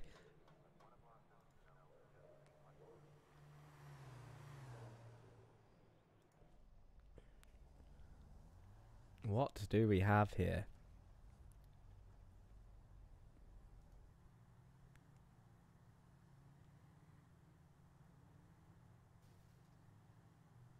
Jake Cranston. Donny Alpha Henriksen. Jerry Agard. Your team champions.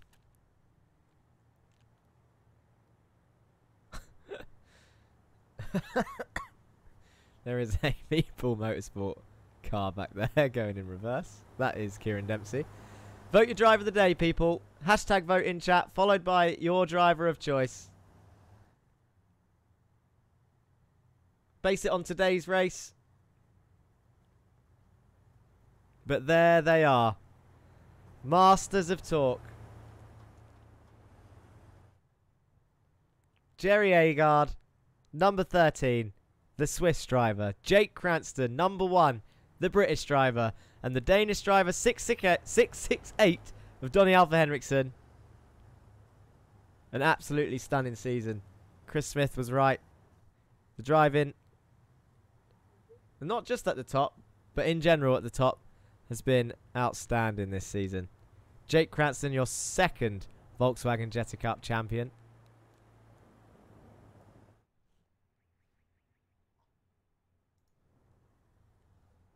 Are they all going to go straight on?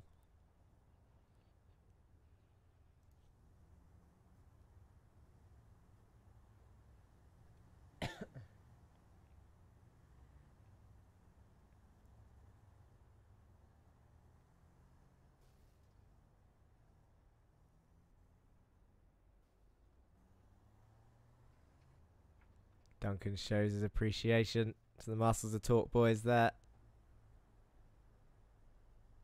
I think he's celebrating Jake's championship. Is he out of fuel?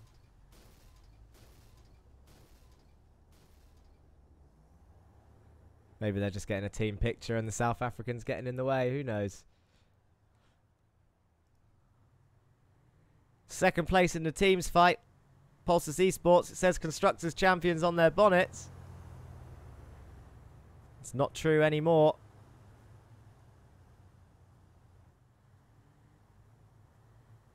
Look at them all come flying down the straights. Some people might mistake this for the Jetta's full speed. Zero Forks giving that. They had a cracking effort as well this season. Win it or bin it. Unfortunately, the standings don't auto-update after an event, which is why we do the Week 13 Extra. So if you want to find out the final order of the drivers and the teams, then be sure to join us for the fun round, which will be my POV. I will race with the guys. We'll try and make it a little bit fun, of course. And we have got driver interviews coming up, so don't go anywhere to hear from the guys. I'll just go through some more of the comments. Awesome racing, guys, says Aussie Outback Sim Racer. We've got some votes here. Henry Morse has 2. Ridley has 1. I think... Oh, Morse has 3. 4 Henry Morse. Well, that's 2 from the same guy, but 3 for Henry Morse indeed. I want to see, I'm pretty sure there would have been some donuts. Let's have a look at that finish again.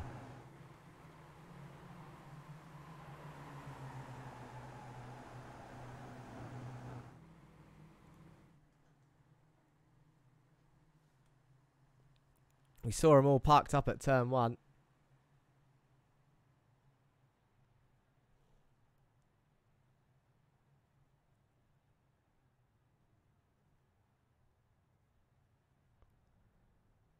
Jake got there in plenty of time, obviously, finishing on the podium.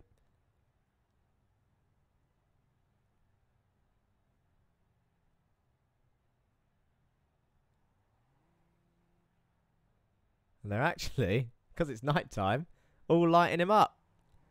There's your champion, Jake Cranston, Masters of Talk, doing his donuts, celebrating with everyone watching.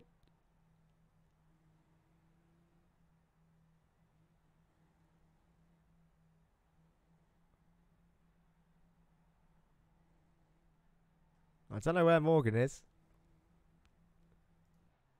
Oh, Morgan's still racing. I didn't know if he was going to join him. The respect between them both, as I said in the interview earlier, has been great to see.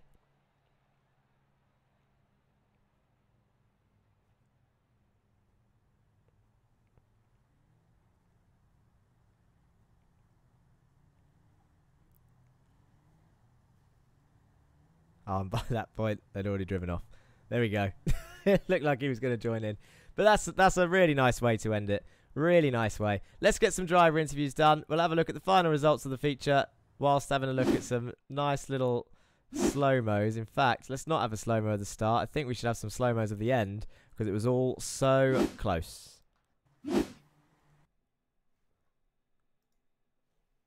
Right. Interview time. Congrats, Austin and Kyle, for finishing in the top 10 for the feature from Aussie Outback Sim Racer. Yeah, let's have a look at those feature results. Show them. Here we go. Henry Morse then takes your feature race win, making it a double American win on the final American circuit. John Bailiff, P2, Jake Cranston, P3. Stephen King, P4, Austin Farr, P5, Alexander Van der Velde finishes P6, Kyle Ridley, P7 in the end, Donnie Henriksen, P8 after a slowdown right at the end, so he's done well to keep that. Greg Otley, P9, Kieran Dempsey, P10, Sam Van Os, P11, Andre Mayerek, P12, Dan Downing, P13, Jerry Agard, 14th in the end, after doing so well. Dan Blake, Jameson Huffman, Andy Fox, Jesus Mundre, Duncan Murray, and Ika Lequay in P20. Those are your point scorers. And then the rest of the field, Jan Weiswanger, Morgan Burkhart, Christian Ribeiro, Martin Wallace, Brian Smith, Dan Thornton, Ray Oliver, and Joshua Germany. Good. Good, good, good. Interviews. Let's talk to some people. Who shall we talk to? Well, OG Bizarros is bad. Pit stop after leading the race. Very nice. Did you miss your pit box, Mr. Van Olst? Who knows? We have in the waiting room, and I think we need to speak to him. It is Morgan Burkhart, of course, of Zero Forksgiven Racing this season, after a fantastic season, of course. Not, of course, the end that you would have wanted, Morgan, but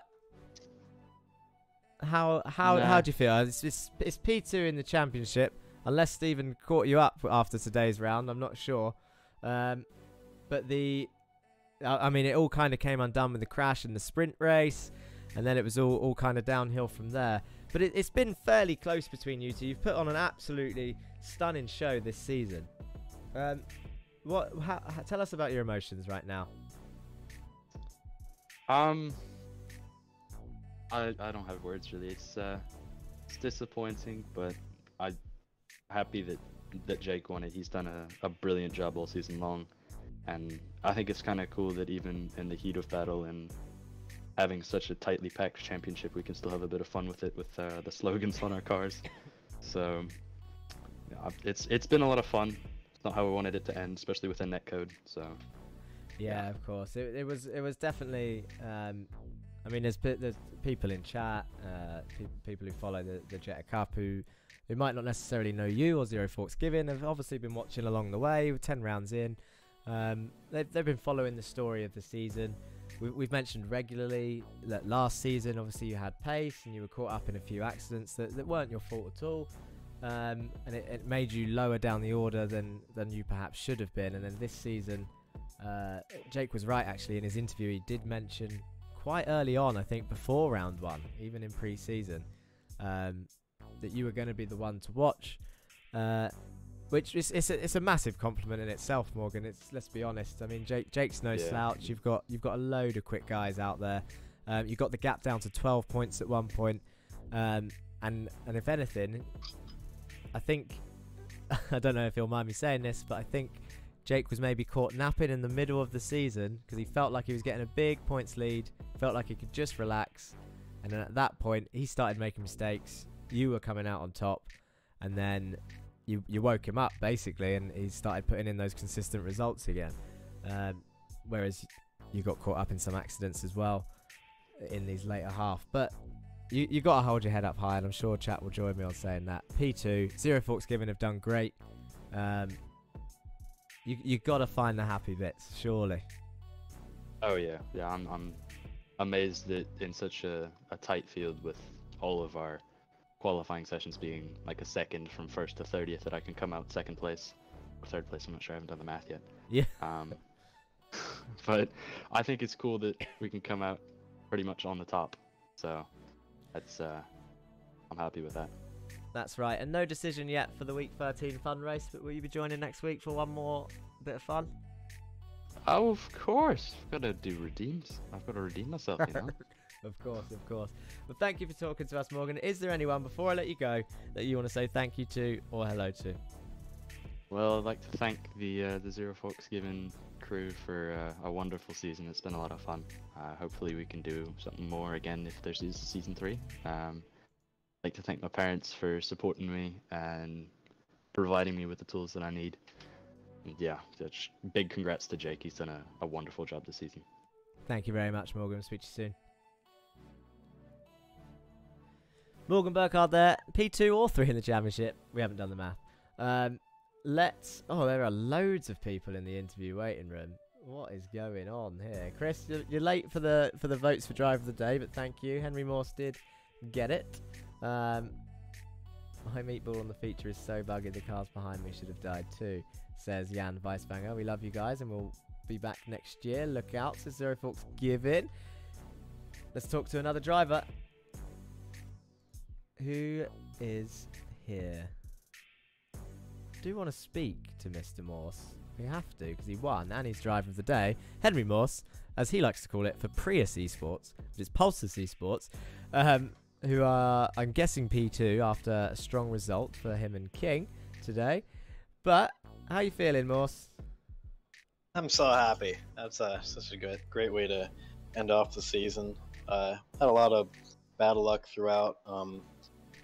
But I was really happy I was able to bring home this good result. Kind of placeboing a little bit because last time we raced here I won, so I decided, well, you know, this must be my track. So I think that had an effect on how it turned out. That's right. So obviously a feature race win in the end. It was the big one. He raced hard with Donny there. Loads of overtakes into the chicane as usual. It's quite a dangerous track with all the slipstreaming, and you can't really go side by side into there unless the two people are willing to sort of give up something. But you guys managed to make it happen. There was a few guys behind that sort of fell foul of that. Was there at any time, did you think you and King were going to be able to get a 1-2, or was it just sort of every man for himself in that last train of 10 cars for the win? It was definitely possible because he and I were both in the top 3 or 4 for several laps. He was tighter on fuel than me, so for a while he was just in second, and it was a little annoying for me because he was saving fuel and I wanted to get up front, and you know, so I just kind of hung out behind him for a while, and then at one point I just had a big run, so he let me by, and then I was kind of hoping he was going to be able to hang out in second or third until the end, and then I would be able to tow him up. But I think there's something happened in the chicane, and he ended up on the outside of a 3-wide situation through the carousel. So that was kind of game over, unless he was going to make some sort of miraculous comeback, which we're quickly running out of time to do that. That's right. I saw the big gap towards the end. That last lap, you pulled out like an 8th, 10th gap into turn 1 somehow. I didn't really see. The camera we were looking at was looking at sort of the back of everyone, and as you exited turn 1, you just sort of saw your white car flash off in the distance, and then everyone else had gap behind all of a sudden. I didn't know if it was a move that Jake had pulled off because he was higher up the order all of a sudden, or if someone else had made contact. But it was really close. A great way to finish. Obviously, we'll do a fun round next week. Not sure on what we're going to do just yet. But is there anyone you want to say hello or thank you to before I let you go for one last time? Yeah, I want to give a huge shout out to my teammates. This is a track where you can't win unless you have friends. who are willing to help out. So definitely in the heat race, huge shout out to Austin for working with me. Remember, he and I have been working together on track since 2013, 2014. I helped him win and defended for the second place at an indoor go-karting championship for him in 2014. And that's where it all started. Yeah, so it was really great that he and I were able to be in this Jetta League in almost 2022, helping each other out. And then of course, shout out to my teammates who are helpful throughout the main event, and to my friends and family that are watching. Well, thank you very much, Henry. It's been a pleasure, as always. Congratulations on another win to your tally. And yeah, thank you for joining us. We'll speak to you soon. Thank you. Henry Morse there, your feature race winner and driver of the day. Who else have we got? I think it's only right that we bring them all in together. The team champions, including your Jetta Cup champion. Do you want me to say it again? I'll say it one more time. Hang on. Say it again. With a little bit of enthusiasm. Hang on. Deep breaths. Your Jetta Cup champion, Jake Cranston. Team winners, Masters of Talk, Donny Alpha Henriksen, Jerry Agard, all three of them in the chat room. How are you feeling, boys? Try and do it one at a time.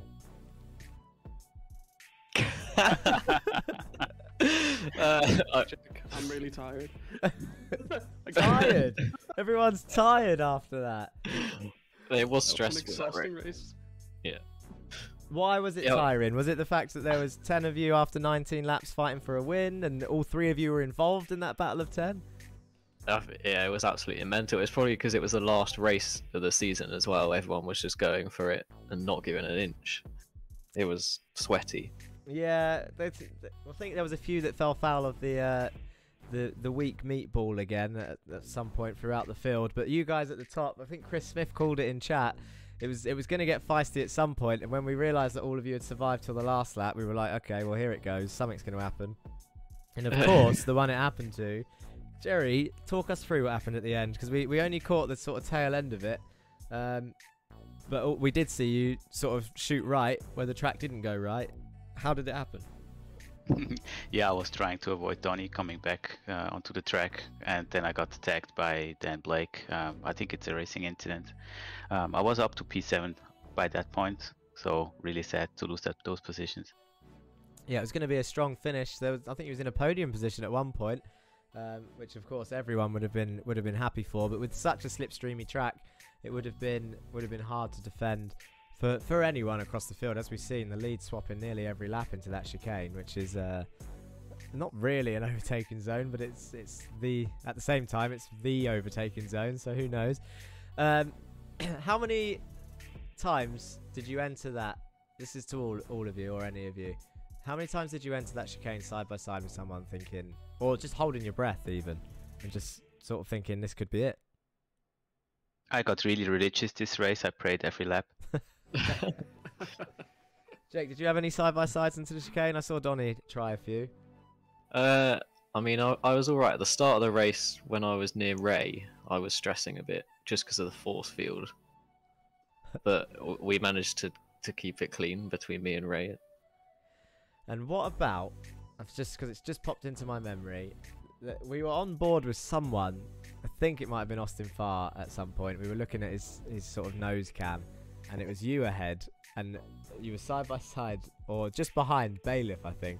And then out of nowhere, this was into turn one, it looked like an absolute send on the brakes into turn one, which I think you then ended up actually losing 2 positions as a result, including the one on Bailiff. So you gained 1 and then lost 2. Was that intentional, or did you just late brake, or was you just going for it? It was 100% intentional. The lap before, they lifted so early for that turn 1. I knew I could brake late, and that lap I was like, I'm going to brake late this time. And I knew I could get 2 of them into turn 1. And I kind of rubbed a bit with John when I got to the apex, and it kind of upset our cars a bit and ruined the run. So I didn't quite pull it off, but it was okay. And then let's come to you, Donny. Obviously tired from this very stressful slipstream race and so many cars in one field, and you led for quite a lot of it and was in P2 for majority as well. Big slowdown at the end probably hindered you in terms of finishing position, but done really well to keep it there. But on top of that, you had a 6-hour Nords endurance race. Well, all three of you did as Masters of Talk. Is that part of the reason you're tired? Because I'm exhausted. No, I think it's actually, well, I caught COVID a couple of weeks ago. You've had COVID about 10 times. Oh, well, I mean, you get unlucky, right? Yeah, you do, yeah. But I've had this weird issue after all the other symptoms were gone. I'm just extremely tired. So I fall asleep 2 or 3 times every day and I can't work or anything. So that's quite annoying. Definitely frustrating. That's, yeah, so I'm probably going to bed right after this. I don't want to get too much into a COVID chat, but do you have like a tight, I don't know how to explain it, like a tight chest when you take deep breaths? Yeah, I've had trouble breathing and chest pains, and we will talk about this off stream, and we haven't got loads of people watching us because I've got that at the moment and it's not fun. But congratulations, I want to say one more congratulations obviously to Mr. Cranston for being now a 2-time Jetta Cup champion, twice in a row of the only Jetta Cup that at the moment I know of that exists, so that's great, and one of the strongest strength of fields that I've seen. Even stronger if I join the potential season 3, right? Oh, look out, see what I mean, guys? They don't want me to do it. Jake just wants to take me out. Well, you know we'll just crash on every time. I know. This is my chance. But of course, a final congratulations to all 3 of you as a team, because you've absolutely, I mean, last season it looked like, in terms of points, that Pulsus dominated, but realistically, I think it was just a number of issues across maybe certain results of other teams, and there was drop rounds that were taken into account.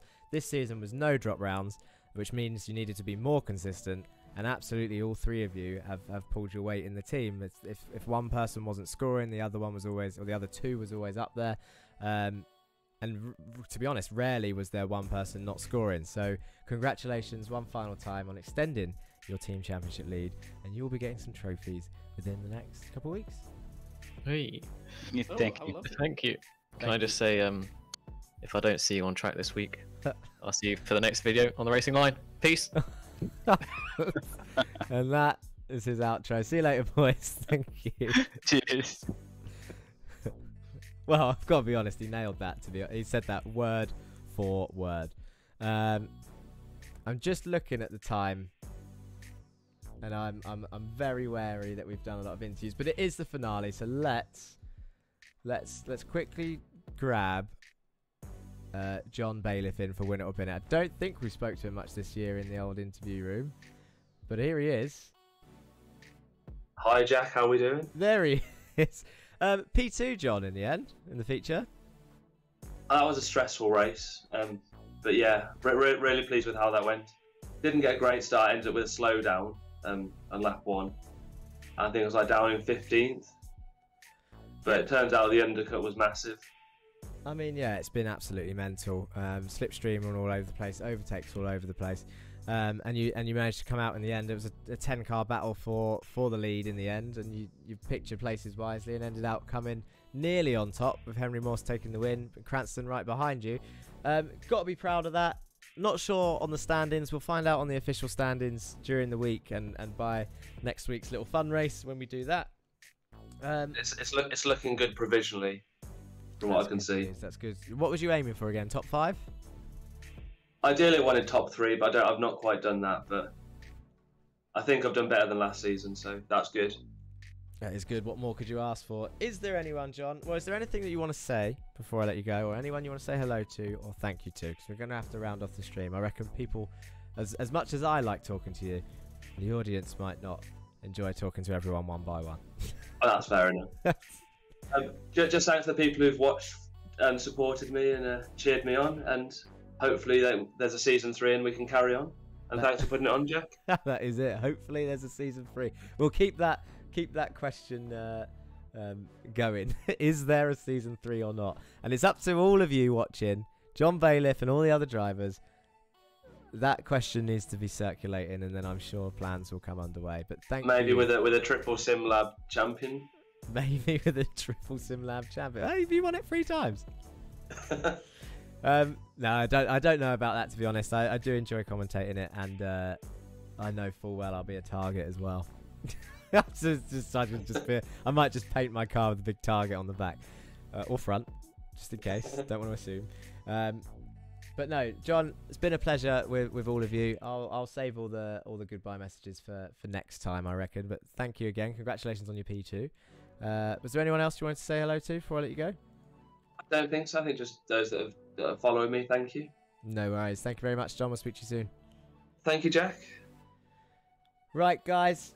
I think that is it. We will leave it there. I did see Alex in the chat as well, but I don't think we're gonna have enough time. It's been nearly 2 hours, so we're gonna leave it. We might talk to him next time. Thank you all for watching on the Racing Line YouTube and Twitch, and of course over on VCO Esports. A big shout out to VCO Esports for joining us. But be sure to tune into their Simi Awards, which is on the 26th of December over on their channel. If you haven't subscribed to them already or follow them on Twitter, then do. They host a whole manner of events with no small names, I might add. We're quite small in terms of a channel and what we do, which was why it's a massive privilege to be working with VCO Esports this season. But if you go over to their channel and see some of the names that are in their races, you've got their VCO Pro Sim Esports series. They've got people like Max Verstappen, you might have heard of. I don't even want to list the names because it's just a name dropping fest. But I do know of two more teams that just popped into my head. Roman Grosjean Esports race in there, Williams Esports race in there, I'm sure. Team Redline is obviously Max Verstappen's team. I'm not gonna keep going, but it's madness what VCO Esports do. So go and tune in to that. Of course, we also need to give a big shout out to our sponsor GT Omega Racing, who are going to be providing our champion with a brand new, I mean, it doesn't need any help getting quicker, but he currently sits in an office chair with some trainers on it to stop it from rolling around on the wood floor.